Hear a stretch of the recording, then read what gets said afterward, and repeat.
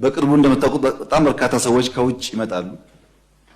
ከውጭ የመጣ ሰው የመጀመሪያ የንግግር ሰላምታው አዲስ አበባ እንደዚህ ያለ ውብ ከተማ መሆኑን በፍጹም አልገመትኩም፣ እንዴት አድርጋችሁ ሰራችሁት የማይል የውጭ ዜጋ የለም።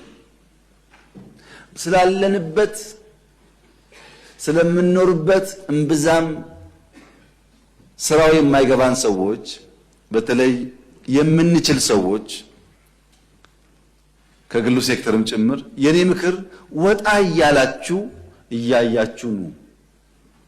ብዙ ሀገራት ከዚህ ቀደም ባየንበት ቦታ ላይ ወይም ዝቅ ብለው ነው ያሉት። የሚታይ መሻሻል ያለው እኛ ጋር ነው። ይሄ እውነት ነው። ምንም የሚካድ ጉዳይ አይደለም። ማን ሰራው? የእናንተ ልጆች፣ የእናንተ እህቶች፣ የእናንተ ወንድሞች። አሁን እዚህ ቦሌ መድኃኒዓለም ጋር የሚሰራውን ስራ ተመልከቱ። ቦሌ መድኃኒዓለም ድሮ እናውቀዋለን ምን እንደሚመስል። አሁን የሚሰራውን ተመልከቱ። ማን ሰራው? ወጣቶች፣ ሴቶች። መቼ? ሚድናይት። የእነሱን ስራ እንዳናራክስ ይሄ ጅማሮ መልካም ስለሆነ በገጠር መሻገር፣ በገጠር ኮሪደር እኔ እንኳን በጣም በርካታ ቦታዎች የጀማመርናቸውን አስመርቅ ያለው እንዳያችሁ ተስፋ አደርጋለሁ። እናንተም ስትሄዱ ተመልከቱ። በእያንዳንዱ ወረዳ ቢያንስ አንዳንድ ቦታ የተገነባ ነው ያለው።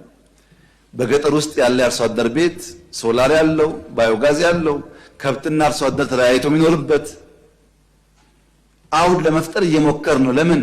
ቅድም ጤና የተባለው በጀት እዛ ላይ ስለሚሰራ ማለት ነው። ለጤና ከመመደብ በሽታው እንዳይመጣ መስራት በጣም ስለሚያግዝ ሪቨርሳይ ፕሮጀክት ጤና ነው። ወኮይ ጤና ነው። ባይክሩት ጤና ነው። መብራት ጤና ነው።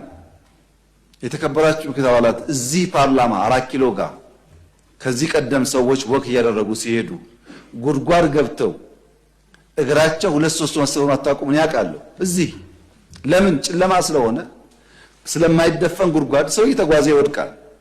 ከዛ ሕክምና ይሄዳል። ከዛ መድኃኒት ይላል፣ እግሩ ይሰበራል፣ ቤተሰብ ይጎዳል። መብራት ጤና ነው። ወክወይ ጤና ነው። ግሪን ኢንቫይሮንመንት ጤና ነው።